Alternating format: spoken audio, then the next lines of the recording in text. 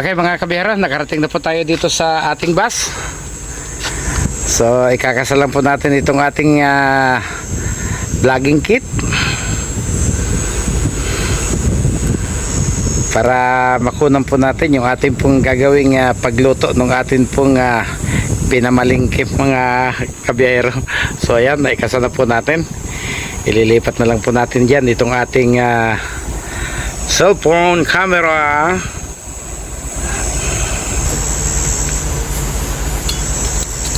Okay, bubuksan na po natin yung ating gagawing kusina mga kabihero para tayo po yung makapagluto.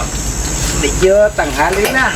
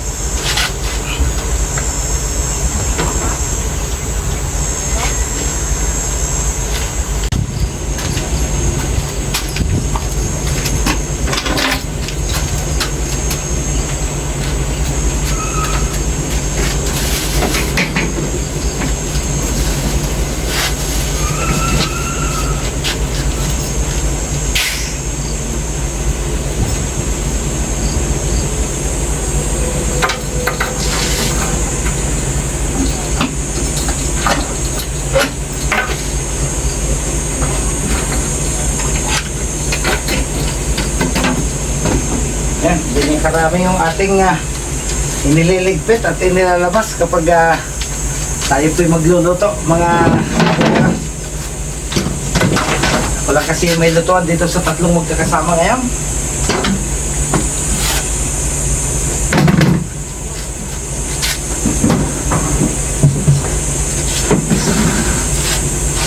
So ang ating kalan,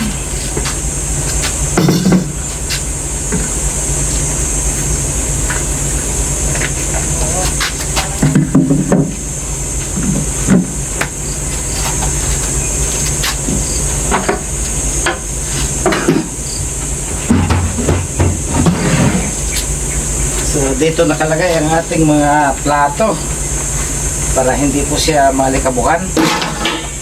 Yan.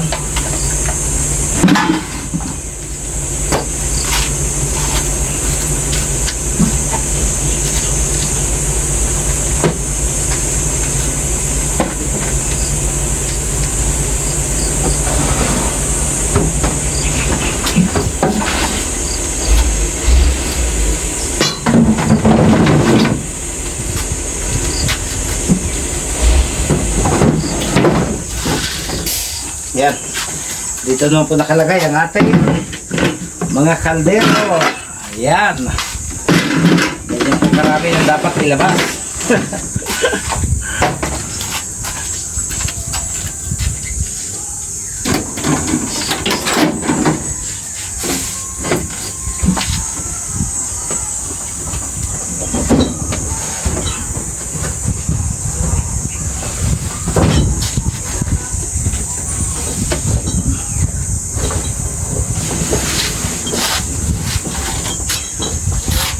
Dito naman nakalagay yung ating mga ibang gamit katulad ng bigas, mga ricado. Dito po natin inilalagay.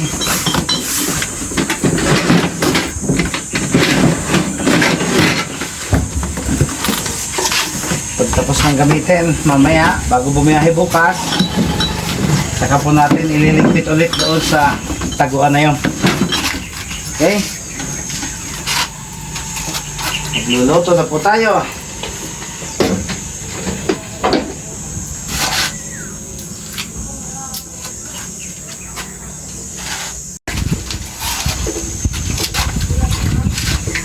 Tapos lagay mo na yung yelo. Saan ko ito ako? Dito. Lagay mo yung ilo. Yelo muna. Oo. Tapos bago tubigan.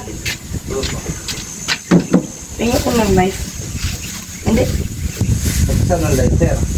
Tawag ko. Tulang lang mo.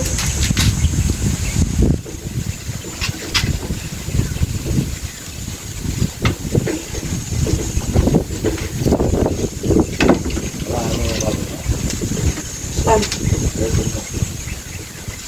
Wala dito.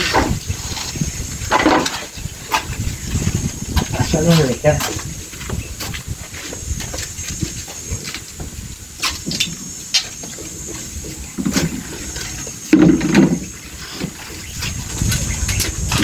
Yung yelo. Wala.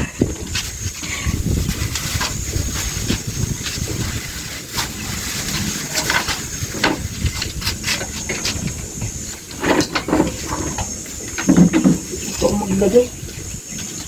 Ito natin kung ano yan.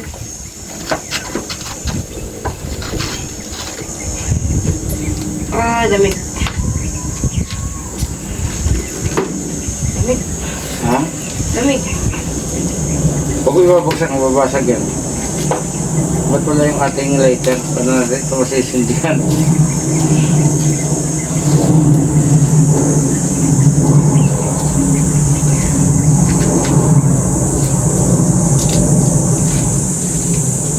Kinuha ba ni Gloria?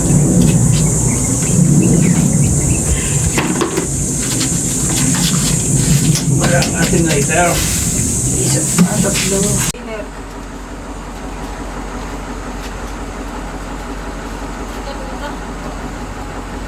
Ito yung mahirap na trabaho sa amin eh.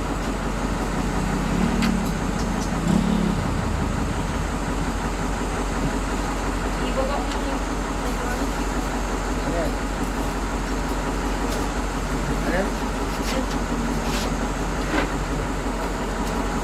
Hindi ba ka nakuha ng tubig?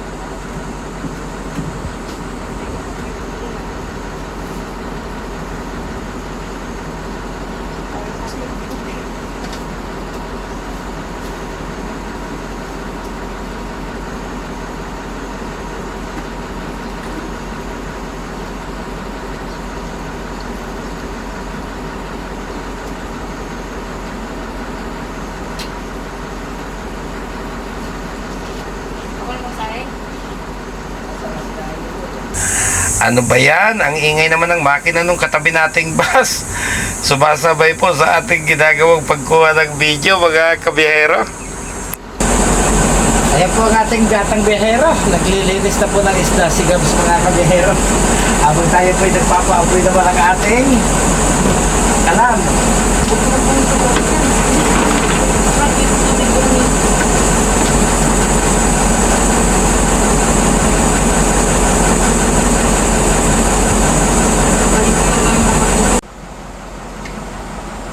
Okay, magpapaksiw po tayo ng isda. Pagkatapos magpiprito, naghiwa na po tayo ng ricado. Ayan, may kamatis na po rito. Sunod po natin itong bawang. Pagkatapos itong luya. Ayan. So, ito po yung ating nabiling isda. May bangos para sa prito at mayroon pong timon-timon, mga kabiyahero. Yan po yung ating lulutuin ngayong araw.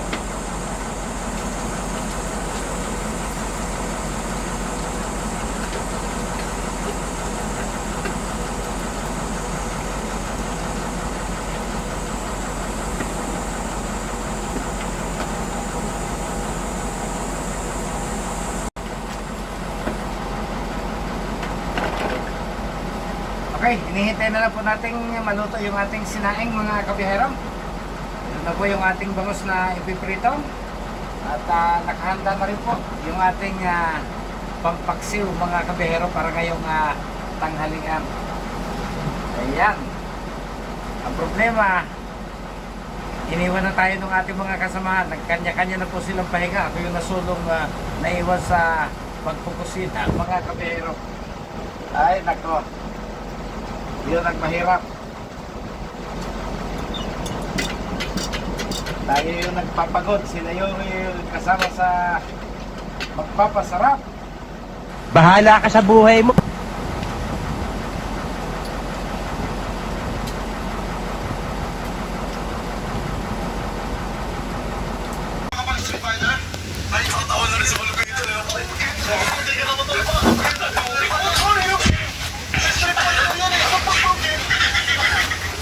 Ayan, ganado po sa ating luto si Gloria. Matapos po tayo magluto mga kabiyahero. Sarap ng lantak niya sa ating paksiw na timon-timon.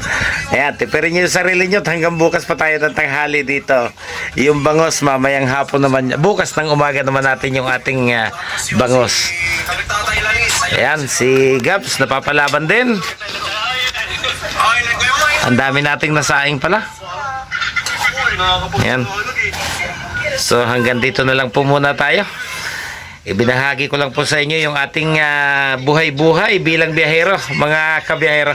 So ito po yung ating pagkaraniwang ginagawa kapag tayo po ay nasa biyahe at wala po tayong libreng pagkain mula doon sa ating mga pasahero.